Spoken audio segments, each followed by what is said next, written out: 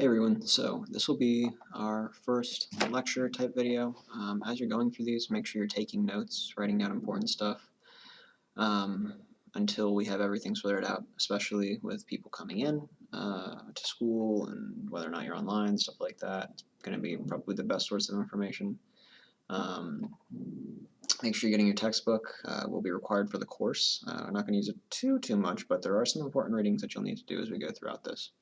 Anyways, what we're going to talk about today is going to be kind of our foundations for a course in some of the basic concepts we're going to be starting out with. So, there's going to be some assumptions that we make throughout this course. A lot of assumptions we're going to make throughout this course because really we're looking at economics, but we're looking at a very academic view of it. So we definitely make a lot of assumptions. So first, that people are rationally self-interested, meaning that people are going to try to make things the best for themselves, which there's a lot of truth to that. Now, rationally is where we get to the iffy part of it. People don't always act rationally. A great example of this would be food, right? If everyone was rational all of the time about eating food, I mean, most everyone's meals would be rice and beans all the time because it'd be cheaper. But that's obviously not the case. A lot of people have other meals that are 10, 15, 20 times the price on a very regular basis. So people aren't always rational, but for our course, we are going to make that assumption.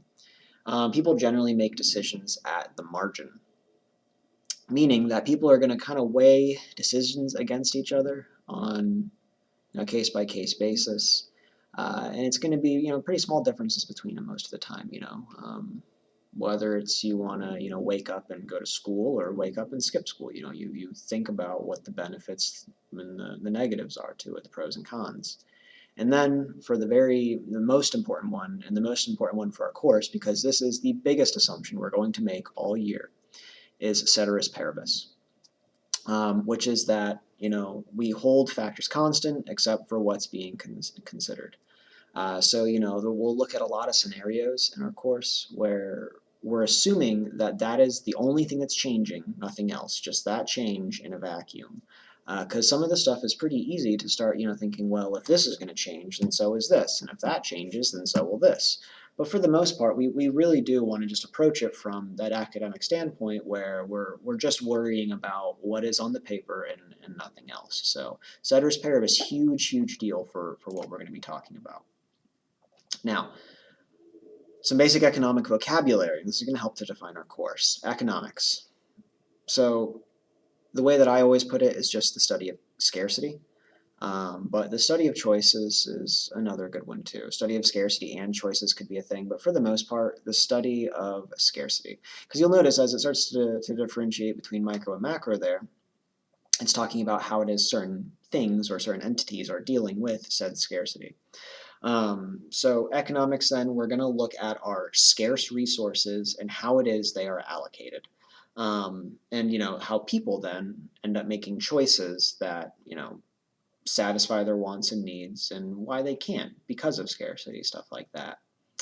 Microeconomics then, which is not what we're going to be studying, but we will bring up now, is the study of how firms and individuals, and firms is going to be another term that we'll get to, firms and individuals deal with scarcity. So how is it that we operate in society knowing that everything around us is scarce? And then macro, the study of how society as a whole deals with scarcity. And in our course here, that's what we're going to focus on, obviously, is macroeconomics, because this is AP macroeconomics. We're going to look at how countries, especially, deal with these scarce resources that they have, and what actually it means to be a resource. Needs, wants, this is getting down more so a micro topic than a macro topic, but it's good economic vocabulary nonetheless. Needs are going to be necessities for survival, meaning food, water, shelter. And then wants are goods and services that you use beyond what you need. That goes back to the whole rice and beans versus eating whatever else you want. It goes back to wearing designer clothing and brands or whatever else it is to, just going down to your local Walmart or Goodwill or whatever it might be and buying the cheapest stuff.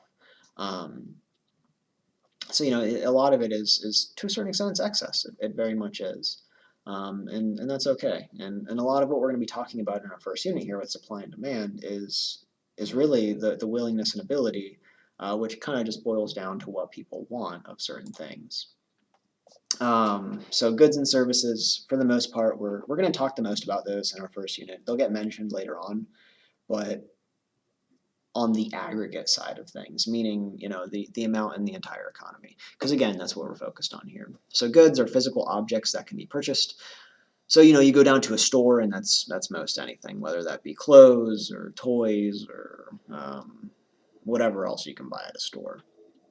Services then are actions or activities performed for a fee. And that's going to be stuff like getting your hair cut, or getting your shoes shined, your car washed, something along those lines. And I will say, I mean, one thing that is really important, so this is way later on in the course, services are going to play a huge role in ultimately determining the value of the dollar, even more so than goods in some ways. So it's really, really interesting there. And then we got consumers, people who purchase goods and services, and producers, people who supply goods and services.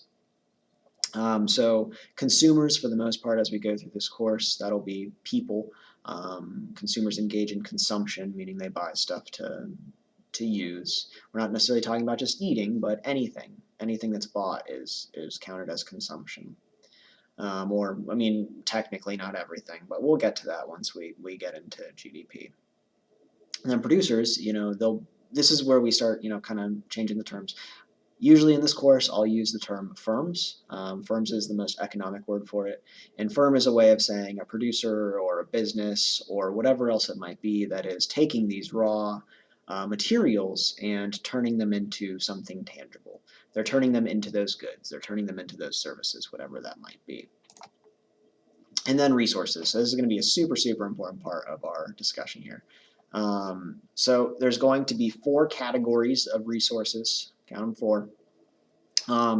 All of which are a super important deal, especially when we start talking about economic growth later on. So our first one then is going to be land. For the most part, natural resources is one of the best ways of looking at it, or just quite literally a spot for you to do something even. Of these 4, when we're talking about the growth of an economy, it's kind of the most difficult one to get to in a lot of ways. It's not often that you see a country really growing in terms of land. One thing that was in the news not too long ago that would be a really great example of a potential to increase a country's land is when our government was talking about the purchase of Greenland. It's a lot more of a historical thing. It doesn't happen as much in today's world, but the purchase of a territory to incorporate into your country would be the best example of this. Now, the payment then for land, that physical square is going to be rent. So that's kind of like how your everyday person engages with it. Or, a lot of businesses, they don't own the buildings that they work in, they just lease it, and they pay rent. Second one is going to be labor. Which in a lot of ways is human resources. Not like human resources in the business sense, but the resources that are human. These are people that are working, whether that be working in a store to sell things, a restaurant as a waiter, in a factory on the assembly line, or someone who does maintenance on machines. It is the human part of all of this. It's for the most part the most important thing here. And when we're talking about running a business, it ends up more often than not, except in incredibly rare cases, that labor is the most expensive piece of all this too. A majority of businesses, their number one cost is paying their employees, because people are expensive. They really, really are. So the payment for labor then is going to be wages. That one's there's really no room up there for debate. It's the money that you receive in return for the labor that you end up doing. And then capital. So this one is going to be really the trickiest one, I guess, for the course, because usually when people say capital in everyday conversation, they're talking about money. and that's not what it is in this course, not at all. Capital then is stuff that you use to make other stuff. And when it says a product next to investment there, that's something we'll talk about a lot more later on. But it's tools, machines, factories. Machines especially will be the one that I use. Tools, kind of. Tractors are usually my go-to example for capital. Stuff that you use to make other stuff. And then the payment for capital then is interest, which is a topic we're going to get a lot more into later on. But the idea is that firms, when they're acquiring that new tractor, they take out a loan to do it. And then in that sense, the payment for this capital is interest, because that's all the extra money, all the extra value they're giving away in order to get this thing. And then we have entrepreneurship as our last one. So the special ability of risk takers or entrepreneurs to combine land, labor, and capital in new ways in order to make profit. So this is, I guess you could say, in some ways the rarest. This really comes down to the individual innovating to make something new, to come up with a good idea that nobody's thought of before. They take a risk to do it.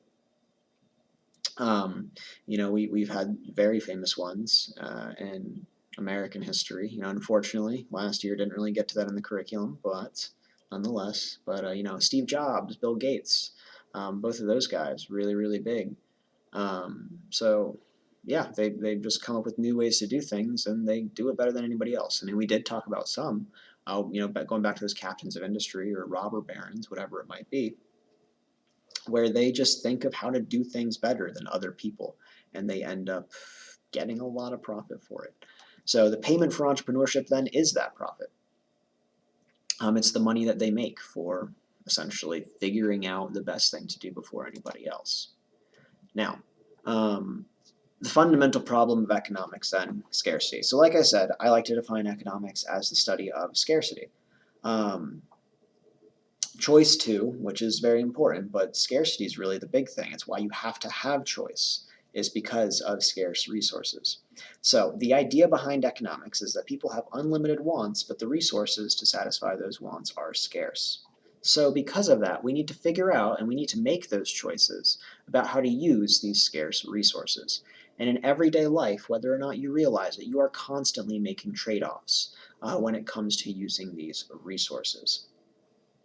So that said, in the bottom here we have an example. I might be a little bit covered up by me, but that's okay, because I'll read it to you.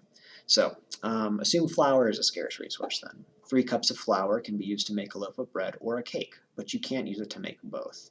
And that's really the idea. Our most obvious one in person, and the examples that I like to use in class are usually about time, right? It's when we start nailing down this definition, it definitely comes down to time a lot of the time. But this is a pretty physical one here, where you can either use your 3 cups of flour to make a bread or a cake. It's that trade-off there. You can only get one, and if you get that one, you can't get the other. So there's your bread or cake there. Really great looking cake, man, delicious. So what this is called then is opportunity cost. So once a resource or factor of production has been put to productive use, an opportunity cost has incurred, meaning that once you do something, that's right when you give up the other thing. Once you've used that 3 cups of flour to make the bread, you can no longer use it to make the cake. Really one of the best examples of opportunity cost then isn't even necessarily this, but it's in your guys' future, right? The idea of college or some kind of post-secondary education. Because it's not just that you're giving up 4 years of your life to go to college, but it's so much more than that. You're giving up your tuition. You're giving up the ability to have worked a full-time job in those years, and all of that. But I mean, if you do that, the full-time job for those 4 years instead, you miss out on really great networking opportunities. You're missing out on having a better education. So there's a cost to everything. So no matter what you end up doing with your time, resources, whatever, there's always going to be opportunity cost. If you come into class and you goof off, right, your opportunity cost is essentially a good grade. And that's a big deal. And then, as you can see down there at the bottom, TINSTAAFL. Hopefully you guys have that memorized by the end of the year. It stands for there is no such thing as a free lunch. Going into your guys' futures, this is probably past college, whatever it might be. You might be on the Facebook or the Instagram or whatever it is, and you'll get a message from someone you haven't talked to since high school, and you're like, oh man, you want to catch up? Yeah, come on down to my house tomorrow. I'll get you a free lunch. And then next thing you know, you're going in, and there's actually a room of like 20 people, and there is a lunch, but next thing you know, you're sitting through a 3-hour lecture on some timeshare somewhere, or they're trying to get you to sign up for their multi-level marketing, or whatever it is, or they're trying to sell you something. The idea is that there's always going to be something that you're giving up. I mean, even with your parents, right? If you're living with your parents and they're making you lunch, sure, it's a free lunch to you, but what is it you're giving up? Well, I mean, frankly, you're not giving up too much, but um, you're giving up your ability to do essentially whatever you want by living with them. But it's obviously very costly to live on your own. Not that that's necessarily a realistic option. It's just a thing. So again, no such thing as a free lunch. You will never get it. There's always a cost. Um, if you can find something without a cost, then please bring that to me, and well, you'll be rewarded somehow. I don't know. So the best way of illustrating this then is going to be the first graph that we'll have for the course, the PPC, or the Production Possibilities Curve. So hopefully you can join me in person and we'll get to draw all kinds of these on the board, my whiteboard. So that should be a really good time in the event that you get to do that. If not, then it's no good. Anyways, it's a graph showing all of the possible combinations of output for an economy fully employing all of its resources and producing two goods. Now for now, we'll probably use more specific ones that are actually comparing two goods, but in the future, it's going to be one of the things that's really good for showing economic growth and the comparison of capital and consumer goods, and well, don't worry about that when we get to it. So this is what a PPC looks like. Oh no, it actually has capital consumer here.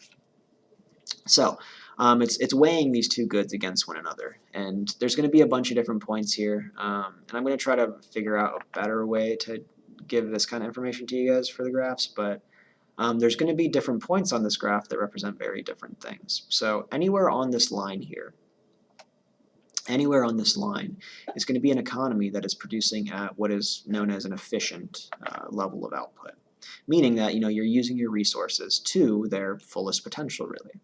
And anywhere along this line, you're giving up one of the other to get there, right? So if we were to have a point down here for consumer goods, we'd be making 1,000 units of consumer goods, but 0 units of capital goods. Or, I mean, you could be up here with 500 units and 0 consumer. And anywhere on this line, as you move along it, you're giving up more of one to get more of the other.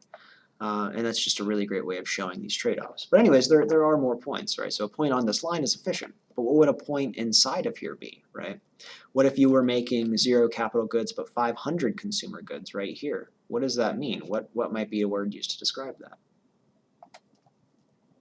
That's right, it'd be inefficient. You wouldn't be producing your full capacity, and this is going to get into some of our economic terms we'll use later on, like it's going to be, there's going to be high levels of unemployment, meaning that you're not really putting your people to work. Now on the other side of things, you could be out here, just a little bit, not a whole lot. It could be right here. You could be making 1,050 consumer goods, right? That is possible, but it's not something that's sustainable. And because of that, we call it overextended. And it's really funny looking back at last year when I was running this course, because it's overextended, and the example that I would use that was our economy as of a year ago. We had historically low unemployment, but it's not something that can stick around forever, and there are other reasons for that too, which we'll get to when we talk about unemployment and inflation and all that fun stuff in our next unit. So it's not sustainable. It's overextended. You're using your resources too much, whether that be, really good examples with factories, right? They don't have factories running 24/7, even if you technically could, because the machines need downtime. They need maintenance. And if they just continually run, then there's going to be an accident, and then the machine is going to shut down for good or be shut down for a long time. And then our last point would be somewhere out here. So it'd be like, 1,000 capital goods and 2,000 consumer goods. And that one is just simply unattainable. given current resources. Like you can stretch your line out a little bit, you can stretch your PPC out a little bit, but you can't stretch it out too much. It's you just physically it is impossible to do so. Now eventually you can, and that's when we get to economic growth, but that's a whole other discussion. So that's the last little bit here for this. Let me know if you guys have any questions, and make sure you're keeping up with the readings.